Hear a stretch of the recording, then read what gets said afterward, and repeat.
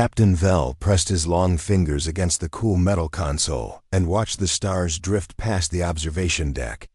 The research vessel Harmony's Dream had been his home for 8 months now, carrying him and 11 other scientists through the beautiful Kepler Nebula.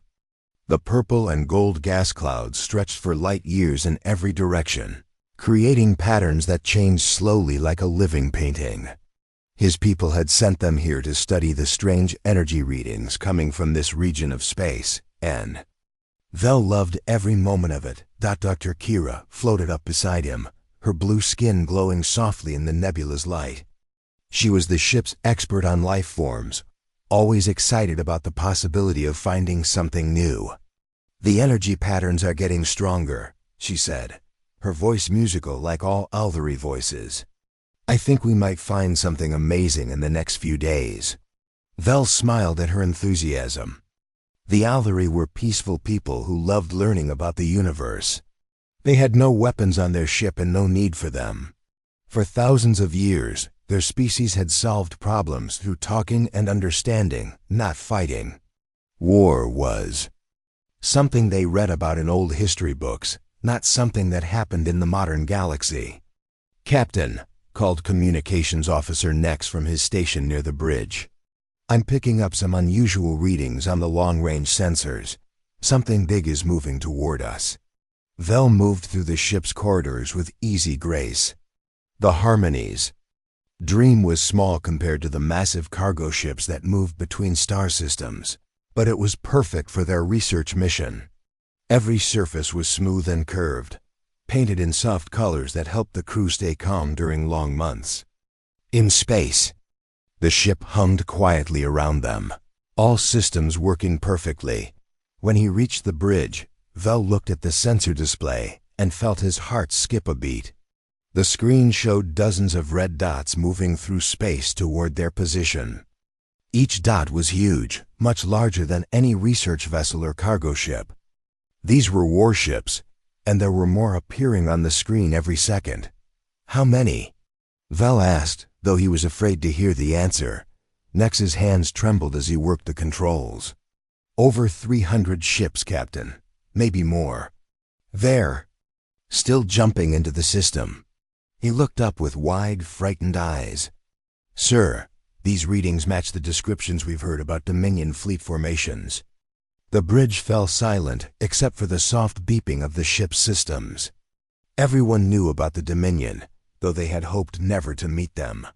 Stories came from the Outer Rim territories about a military empire that conquered peaceful worlds and enslaved entire species. Planets that refused to surrender were burned from orbit. Civilizations that had existed for thousands of years were wiped out in days. Dr. Kira moved to the science station and began scanning the approaching fleet. Her face grew pale as she read the results. "Captain, the lead ship is massive. It's 10 times larger than our entire vessel. And the energy signatures." She paused, checking her readings again. "They have enough firepower to destroy a small moon." Vel felt cold fear creeping through his body, but he tried to stay calm for his crew. "Are they responding to our research signals? Maybe they just want to know why we're here." His question was answered when the first transmission came through. The voice was harsh and mechanical, speaking the common galactic language with an accent that made every word sound like a threat. "Unknown vessel. This is Warlord Brix of the Dominion 3rd Fleet. You are in violation of Imperial space. Prepare to be boarded and processed for slave labor assignment. Any resistance will result in immediate destruction." The transmission cut off, leaving the bridge in shocked silence. Vel looked around at his crew and saw the same terror in their eyes that he felt in his hearts. These were researchers and scientists, people who had spent their lives studying the beauty of the universe. None of them had ever faced violence or war. "Captain," whispered Dr. Kira, "what do we do?" Vel's mind raced through their options.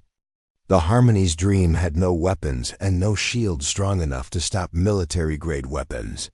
Their engines were built for long-distance travel, not speed or combat maneuvers. They could try to run, but the Dominion ships were already surrounding them, cutting off every escape route. "Sir," Nex said quietly, "I'm receiving targeting locks from multiple Dominion vessels. They're powering up their weapons."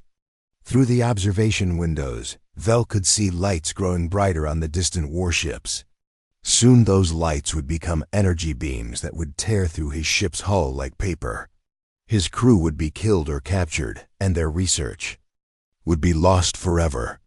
But more than that, no one would ever know what happened to them. The Alvari government wouldn't even know to look for them until they failed to report back in 3 months. Vel remembered something from the ships. Emergency protocols. Every research vessel carried an old piece of equipment that most crews never thought about, a wide-spectrum distress beacon. It was designed to send an emergency signal to every spacefaring civilization within 50 light years, calling for help from anyone who might be listening. "Nex," Vel said, his voice stronger now that he had a plan. "Activate the emergency distress beacon. Send out everything. Our position, what's happening to us, everything." Nex's fingers flew over his controls. "Sir, the beacon is designed for short-range emergencies. We don't know what kind of ships might respond, if any respond at all. Someone has to hear us," Vel said firmly. "Someone has to know that we were here, that we tried to learn and explore peacefully. Maybe they can't save us, but at least they'll know the Dominion was here." The beacon activated with a low humming sound that filled the bridge. Nex adjusted the power levels, pushing the signal as far as it could reach. The message was simple but desperate. Peaceful researchers under attack, requesting immediate assistance from any friendly forces. Their coordinates, their situation, and a plea for help that echoed out into the darkness between the stars. "Signal sent, Captain," Nex reported. "It's broadcasting on all frequencies and will repeat for as long as our power holds." Vel nodded and looked out at the approaching Dominion fleet. The warships were close enough now that he could see their dark, angular shapes against the colorful nebula. They looked like predators built for hunting and killing rather than exploring or learning. Soon they would board his ship and his crew would face a future of slavery or death. But somewhere out in the vast galaxy, someone might be listening. Someone might hear their desperate call for help and decide to investigate. Vel knew the chances were small. Most civilized species avoided military conflicts, and any reasonable government would think twice before challenging the mighty Dominion fleet. What he could never have imagined was that their signal was racing toward a corner of the galaxy where a young, aggressive species had been preparing for war for over a century. A species that had never learned to ignore cries for help, no matter how dangerous the response might be. A species that the galaxy would soon learn to call the Deathworlders out as the first. Dominion boarding pods launched toward the Harmony's dream. Vel held onto one last hope, that someone, somewhere, had heard their call and would remember that they had tried to reach out in their darkest hour. Admiral Lisa Blake was drinking her morning coffee and reviewing patrol reports when the alarm started screaming across New Terra Command. The human colony world orbited a young star at the edge of known space, far from Earth but close enough to the galactic rim to monitor for threats. Blake had been stationed here for 3 years, watching empty space and wondering if humanity would ever encounter other intelligent species. The communications officer, Lieutenant Tom Garcia, ran into her office without knocking. His face was flushed with excitement and fear. "Admiral, you need to see this right now. We've intercepted an alien distress signal." Blake set down her coffee cup and followed Garcia to the main communications center. The room was filled with technicians working frantically at their stations, trying to decode and analyze the strange transmission. On the main screen, waves of data scrolled past in patterns that looked almost musical. "Play it," Blake ordered. The speakers crackled with static, then filled with voices speaking in a language no human had ever heard before. The words were beautiful and flowing, like singing, but underneath the alien music was something unmistakable, pure terror.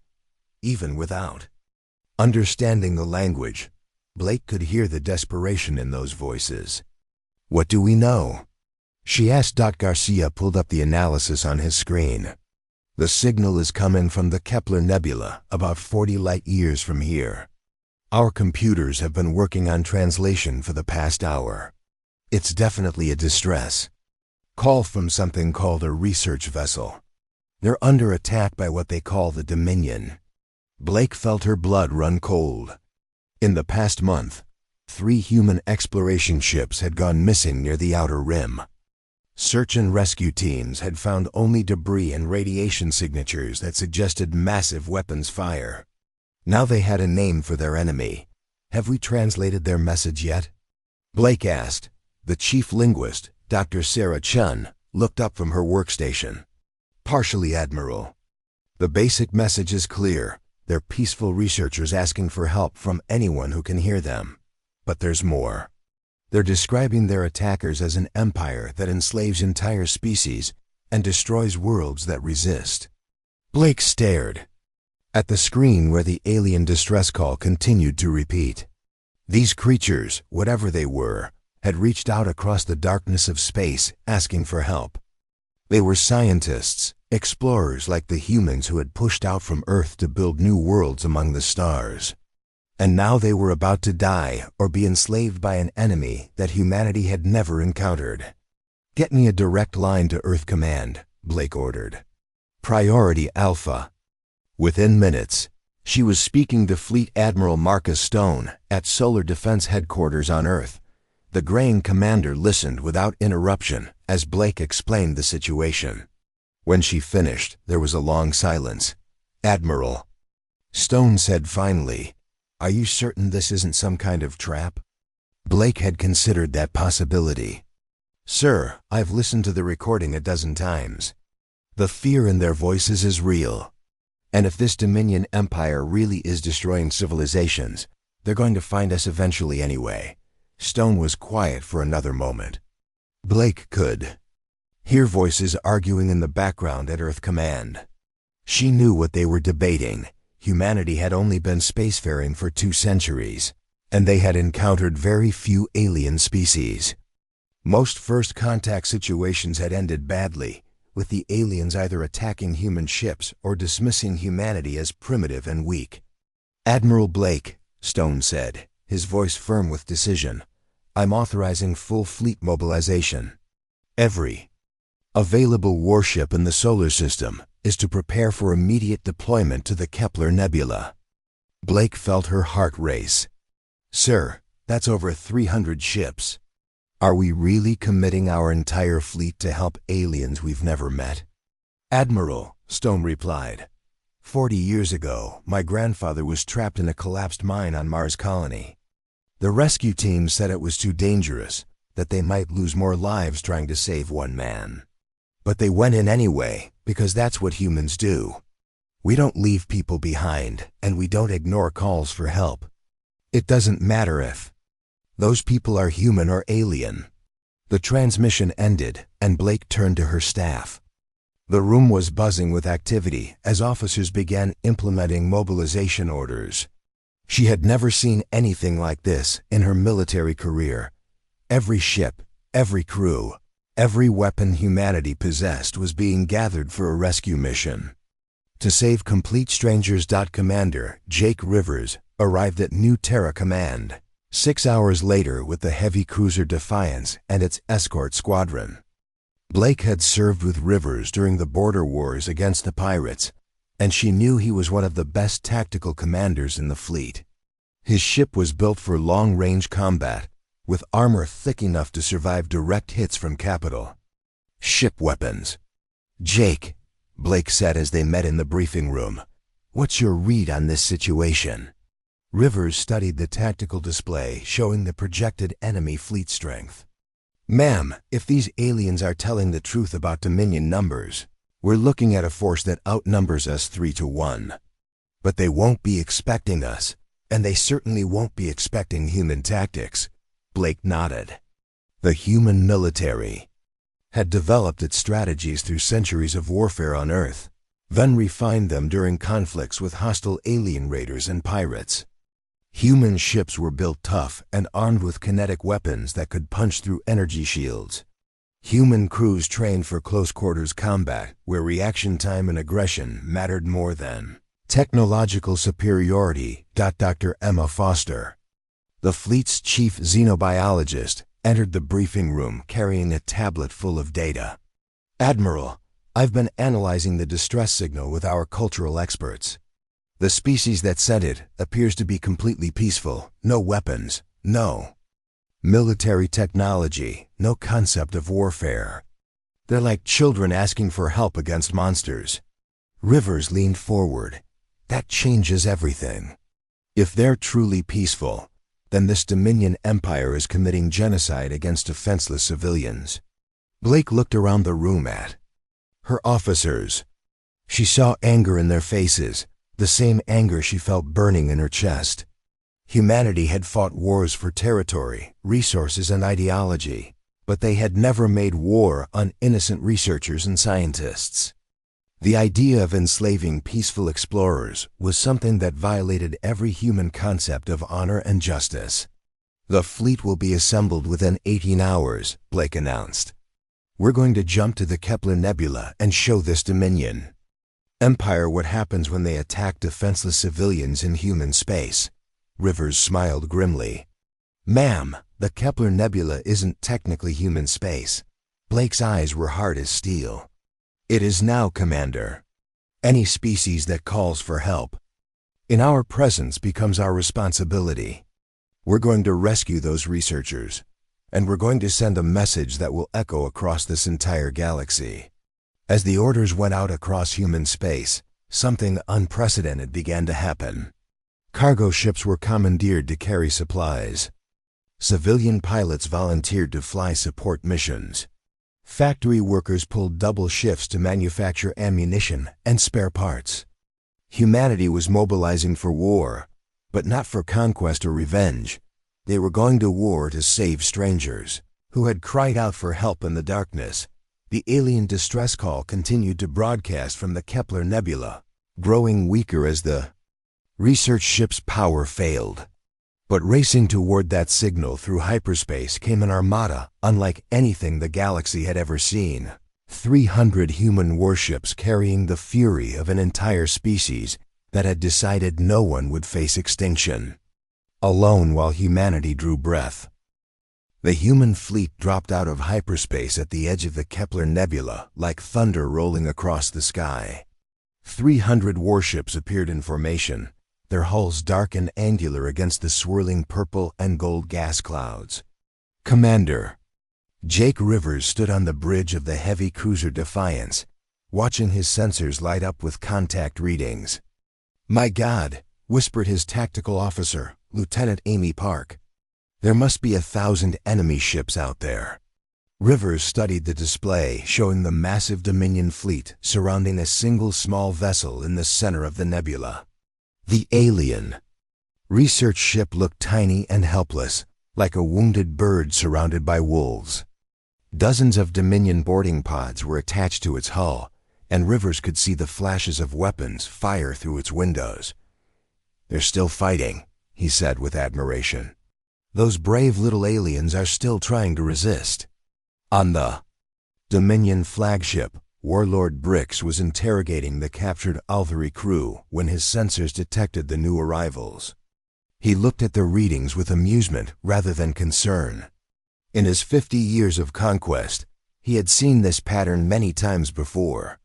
Some weak species would hear a distress call and send a few patrol ships to investigate, thinking they could negotiate or threaten the mighty Dominion into withdrawing.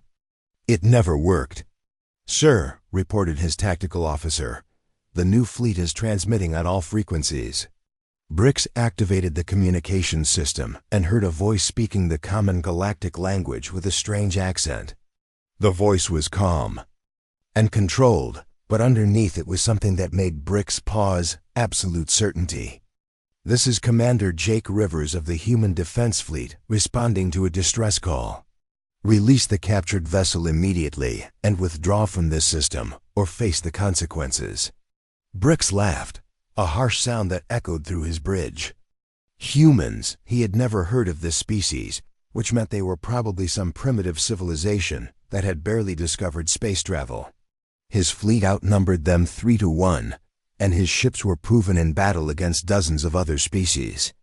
"Unknown Commander," Bricks replied, "you are interfering with a lawful Dominion military operation. I have nearly 1,000 ships under my command. Surrender now or be destroyed with the other primitives." The response came back immediately, and this time Bricks heard something in the human voice that he had never encountered before, a complete lack of fear. "Warlord Bricks, this is your final warning. Release the research vessel and withdraw, or we will remove you by force." Bricks cut the transmission and turned to his weapons officer. "Destroy their lead ships. Make an example of them for the others." But as the Dominion destroyers moved to engage the human vanguard, something unprecedented happened. Instead of the usual long-range energy exchanges that characterized galactic warfare, the human ships accelerated directly toward the enemy formation. Their engines burned blue as they pushed their velocity to dangerous levels. Closing the distance in seconds rather than minutes. Rivers watched the enemy ships, growing larger on his view screen, and felt the familiar calm that came over him in combat. Human naval doctrine was simple: get close, hit hard, and never give the enemy time to think. The Defiance shuddered as Dominion energy beams struck her armor, but the thick plates held firm. "All batteries open fire," Rivers ordered. The Defiance's main guns spoke with voices like thunder. Unlike the energy weapons favored by most galactic civilizations, human ships carried kinetic weapons, massive railguns that fired tungsten projectiles at significant fractions of light speed. The first salvo struck a Dominion destroyer amidships, and the alien vessel simply vanished in a ball of expanding plasma. Across the battle zone, human ships were demonstrating tactics that no galactic military had ever seen. They fought in tight formations, covering each other with overlapping fields of fire. When their shields failed, they used their thick armor to absorb punishment while continuing to advance. When their weapons overheated, they rammed enemy vessels with reinforced bows designed for exactly that purpose. Lieutenant Park, monitoring the tactical display, watched in amazement as human destroyers carved through Dominion formations like sharks through a school of fish. "Sir, the enemy is trying to pull back to long range, but our ships are staying with them." Rivers nodded with satisfaction. This was exactly what human crews trained for: close quarters, combat where superior aggression and determination mattered more than advanced technology. The Dominion had fought dozens of civilized species that followed the conventional rules of galactic warfare. They had never faced humans. Aboard the captured research vessel Harmony's Dream, Captain Vell and his crew watched through hijack sensor feeds as the mysterious human ships tore into their captors. Dr. Kira worked frantically at a damaged console, trying to understand what she was seeing. "Captain," she whispered, "these humans fight like they want to die. Look at this. They're flying directly into enemy fire, taking terrible damage, but they keep attacking." Vell studied the battle displays and realized what Dr. Kira meant. The human ships were absorbing punishment that would have destroyed any other vessel. But instead of retreating or trying to minimize casualties, they pressed their attacks even harder. It was as if they considered the rescue of complete strangers worth any sacrifice. "They came for us," Vell said quietly. "These creatures we've never met heard our call for help and brought their entire fleet to save us." The tide of battle turned completely when the human carrier Liberty launched its fighter wings. Warlord Bricks had expected to see the usual galactic fighter designs: small, fast craft that relied on energy shields and long-range missiles. Instead, he watched in horror as human fighters dove through his formations like metal meteors, their pilots showing a level of aggressive skill that defied belief. Lieutenant Tom Anderson led Alpha Squadron in an attack run against Dominion interceptors twice the size of his fighter. The human craft were smaller and less advanced than their enemies, but they were flown by pilots who had trained in the deadly skies of Earth, where mistakes meant death and only the strongest survived. Alpha leader to all fighters, Anderson transmitted. These alien pilots fight like they're afraid to die. Let's show them how humans fight. The human fighters swept through the Dominion formations, their pilots using tactics learned in atmospheric combat on their dangerous homeworld. They flew so close to enemy ships that their wingtips almost touched, firing at point-blank range before spinning away in maneuvers that would have killed pilots from any other species. Warlord Brix watched his supposedly invincible fleet crumble around him and felt something he had not experienced in decades: fear. These humans fought with a fury and determination that seemed impossible. They took casualties that would have broken the morale of any civilized military, but instead of falling back, they attacked even harder when the human medical frigate Mercy moved into the battle zone to rescue survivors. Brix made his fatal mistake. Thinking to break human morale by targeting their rescue ships, he ordered his remaining vessels to fire on the clearly marked medical vessel. The response was immediate and terrible. Every human ship in the battle zone turned toward the Dominion flagship, their weapons charging for maximum power. Admiral Stone's voice came across all frequencies, cold as the space between stars. "You just fired on a medical vessel, Warlord. Now you die." The dreadnought Retribution, the largest and most powerful ship in the human fleet, brought all of its main batteries to bear on Brix's flagship. The massive kinetic projectiles struck with the force of nuclear weapons, and the Dominion command ship disintegrated in seconds. As the surviving Dominion vessels fled into hyperspace, carrying word of their defeat back to their empire, the human fleet began the task of rescue and recovery. Rivers watched the medical ships moving among the wreckage, searching for survivors, and felt a deep satisfaction. They had answered the call for help, and they had shown the galaxy what humans stood for. The message was clear: in a universe full of predators and victims, humanity had chosen to be protectors. The aftermath of the battle left space around the Kepler Nebula filled with glowing debris and the husks of destroyed Dominion warships. Admiral Stone stood on the bridge of the dreadnought Retribution, watching human rescue teams move through the wreckage like angels of mercy. Nearly 1,000 enemy ships had been reduced to fewer than 50 fleeing survivors, and the message they carried would shake the Dominion Empire to its core. Dr. Emma Foster worked frantically aboard the medical frigate Mercy, trying to save the injured Alvari crew members who had been rescued from their damaged research vessel. The aliens were unlike anything humans had ever encountered: tall and graceful, with blue-tinted skin that seemed to glow softly in the ship's lighting. Their injuries were mostly from the boarding action, but what struck Foster most was the wonder in their large, expressive eyes. Captain Vell lay on a medical bed, his arm in a support brace, watching the human medical team work with amazement. These creatures were shorter and more compact than his people, with skin colors ranging from pale pink to deep brown. They moved with quick efficiency, their hands steady as they operated equipment that seemed crude compared to Alvari technology, but was somehow more effective. "Dr. Foster," Vell said carefully, speaking the common galactic language with difficulty through his injuries, "why did your people come?" "You knew nothing about us." Foster looked up from her scanner readings. Through the ship's computer translation system, she had been trying to communicate with the rescued aliens for hours. "You sent a distress call," she said simply. "Someone was in trouble and needed help. That's all we needed to know."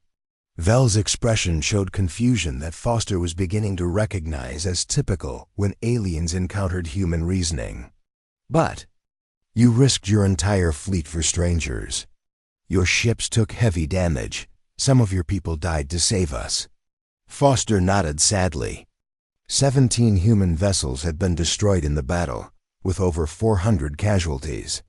Each loss hurt, but she knew that every human in the fleet would make the same choice again. "That's what we do," she explained. "When someone calls for help, we answer. It doesn't matter if we know them or not." On the bridge of the heavy cruiser Defiance, Commander Rivers was coordinating the rescue operations when his communications officer received an urgent transmission. The message came from deep space, encoded with Dominion military frequencies, but transmitted by someone else entirely. "Sir," the officer reported, "we're receiving a signal from what appears to be a slave transport convoy. They're saying they heard about the battle and want to surrender to human forces." Rivers frowned. "Slave transport? How many ships?" 12 vessels, sir. They're carrying over 10,000 beings from at least 6 different species.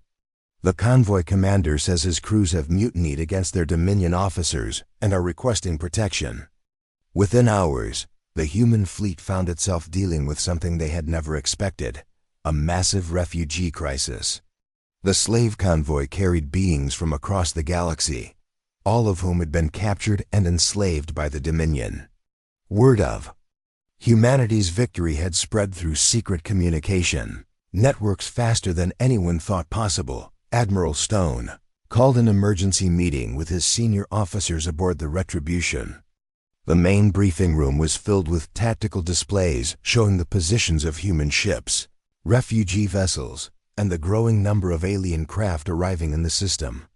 "The situation is getting complicated," Stone announced.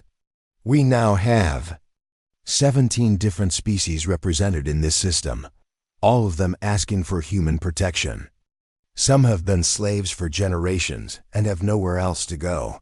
Others are survivors from worlds the Dominion destroyed." Dr. Foster had joined the meeting after stabilizing the Alvari crew. "Admiral, I've been studying the cultural data from our new allies. The Dominion isn't just a military empire. It's a system of organized terror that has enslaved or destroyed hundreds of civilizations. What we did here isn't just a military victory. It's the first successful resistance to Dominion power in over 50 years.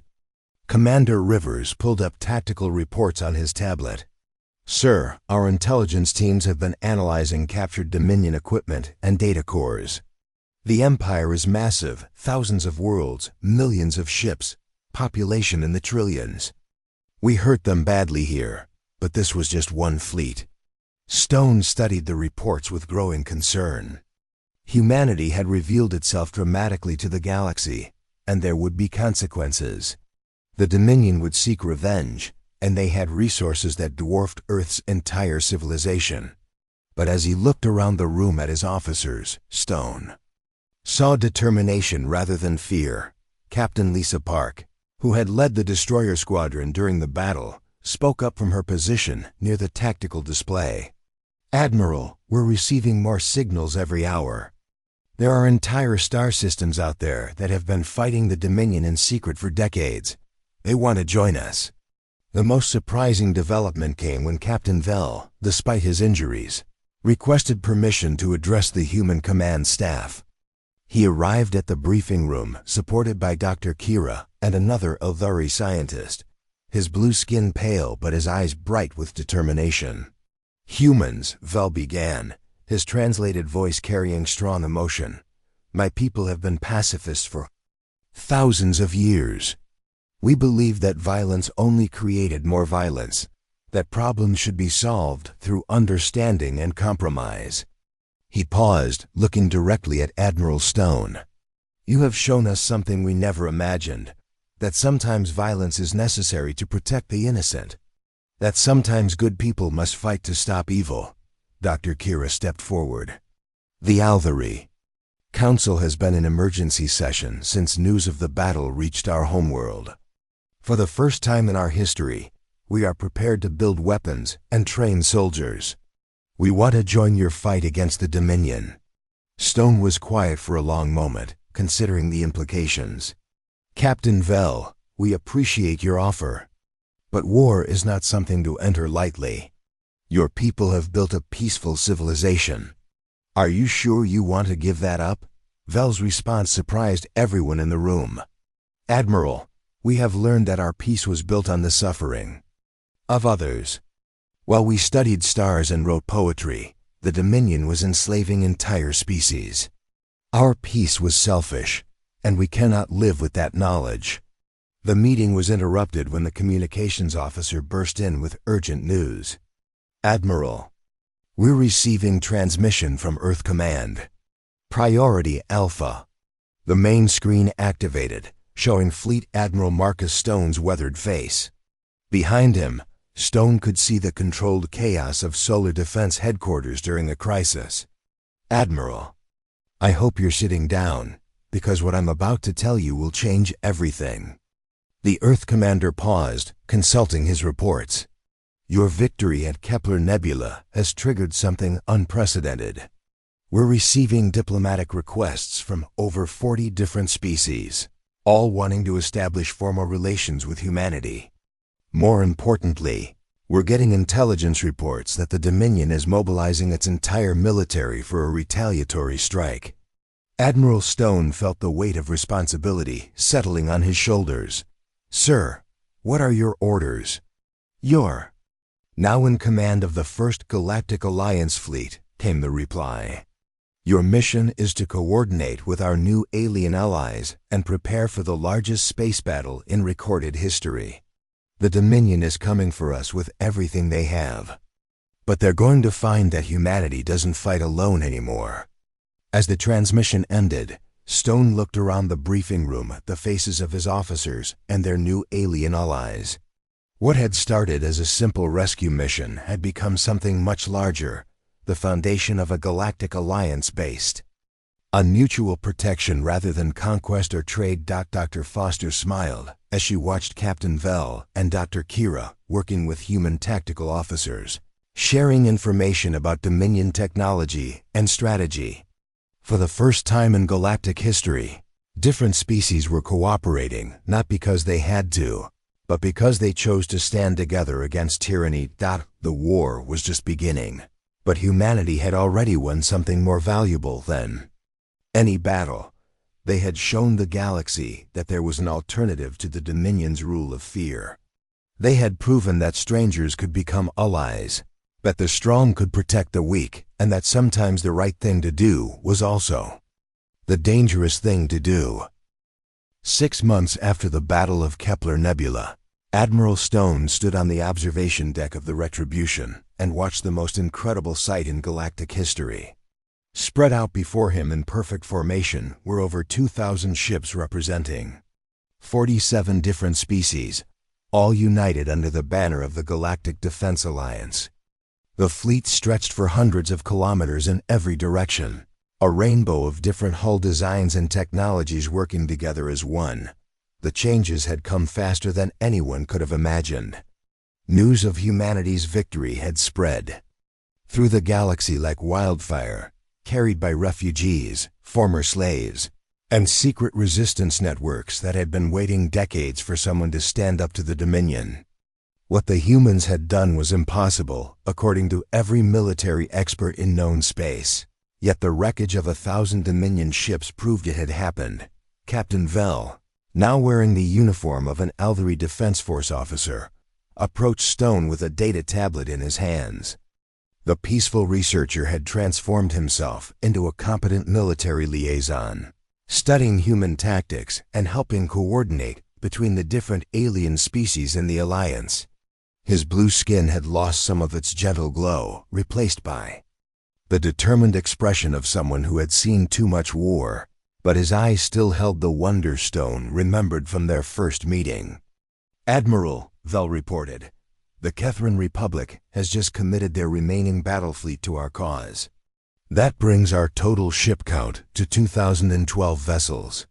He paused, consulting his tablet. Dr. Kira's intelligence network reports that 17 more worlds have declared independence from the Dominion in the past week alone. Stone nodded, though he felt the weight of command growing heavier every day. Each ship that joined their alliance meant more lives depending on his decisions, more families trusting him to lead them safely through the storm that was coming. The Dominion had not been idle during these months.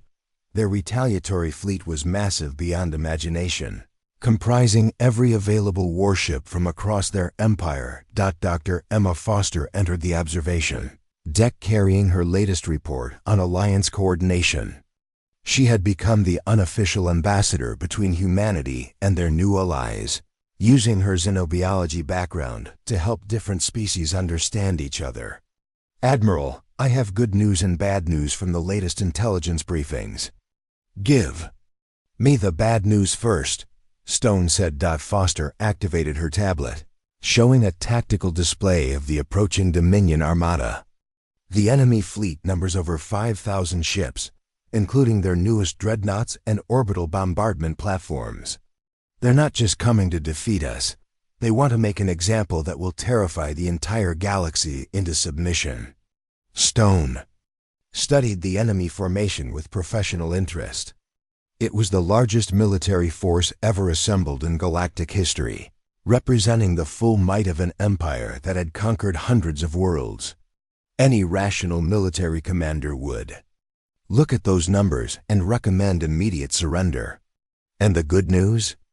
Stone asked. Foster smiled, and her expression reminded Stone why he believed in humanity's mission.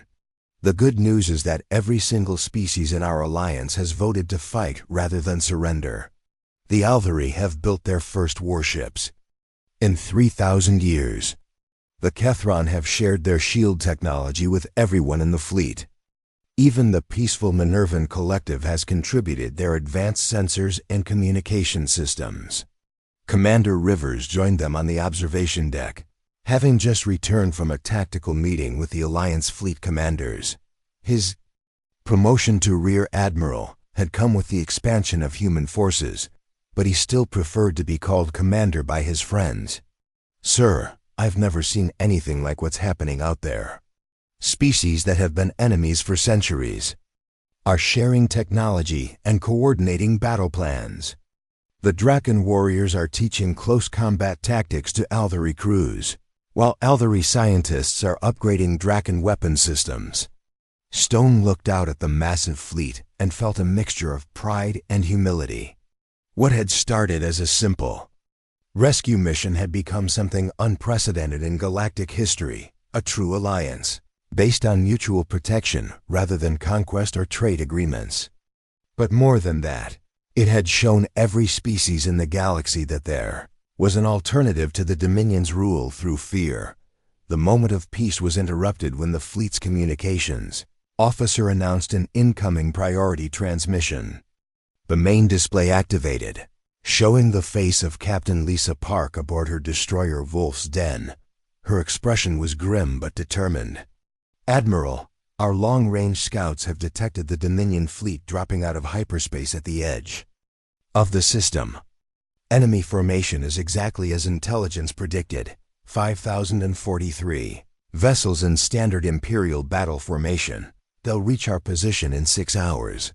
Stone felt the familiar calm that came over him before major battles. Around him, he could see the same transformation happening to his officers, the shift from normal people to warriors ready to face impossible odds. Captain Park, signal all ships in the Alliance fleet, battle stations, and prepare for combat operations. As the order went out across the massive fleet, Stone watched thousands of different alien crews preparing for the fight of their lives. In the months since Kepler Nebula, these beings had learned to work together, to trust each other, and to believe in something larger than their individual survival. They had learned what humanity had known for centuries, that some things were worth fighting for, no matter the cost. Dr. Kira approached the group, her scientific training now focused on military intelligence rather than stellar phenomena. Admiral, our resistance contacts inside Dominion space are reporting massive uprisings on over 200 worlds. The Empire is fighting civil wars on dozens of fronts while trying to maintain this offensive against us. Rivers nodded with satisfaction. That's the difference between ruling through fear and leading through inspiration. Fear breaks down under pressure, but people fighting for their freedom get stronger when challenged.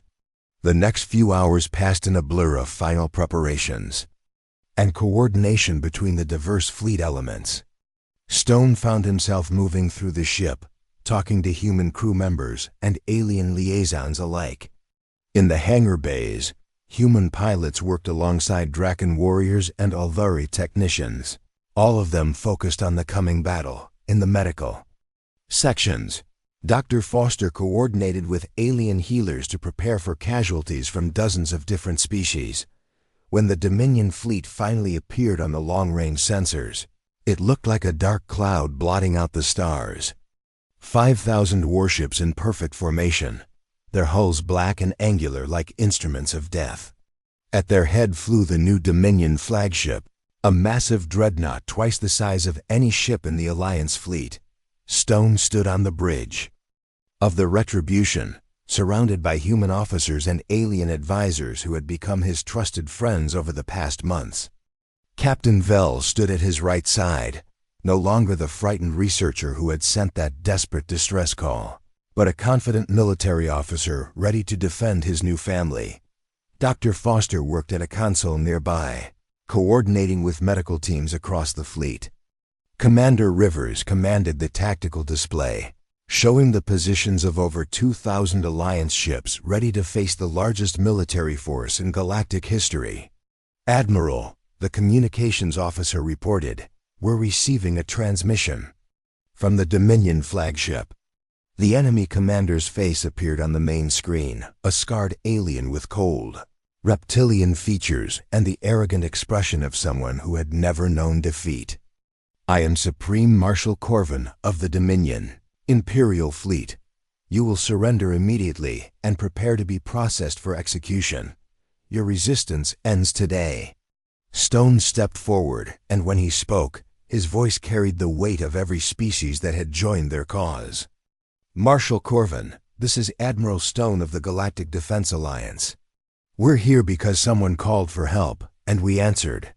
Today, you learn what happens when the galaxy decides to fight back." The transmission ended, and Stone turned to address his bridge crew and the thousands of beings listening across the Alliance fleet. 6 months ago, peaceful researchers sent out a distress call asking for help. Today, we stand together as proof that their call was heard. Not just by humanity, but by every species that believes freedom is worth fighting for. Today, we show the universe that no one fights alone when good people stand together. As the two massive fleets accelerated toward each other, Stone realized that regardless of the battle's outcome, they had already won something more important than any military victory. They had shown the galaxy that there was an alternative to tyranny, that strangers could become family, and that sometimes the right thing to do was also the hardest thing to do. The SOS that had started as a cry for help had become the foundation of a new galactic order, one built on hope rather than fear, on protection rather than conquest. The battle for the future of the galaxy was about to begin, but humanity and their allies faced it together, united by this simple belief that when someone calls for help, you answer.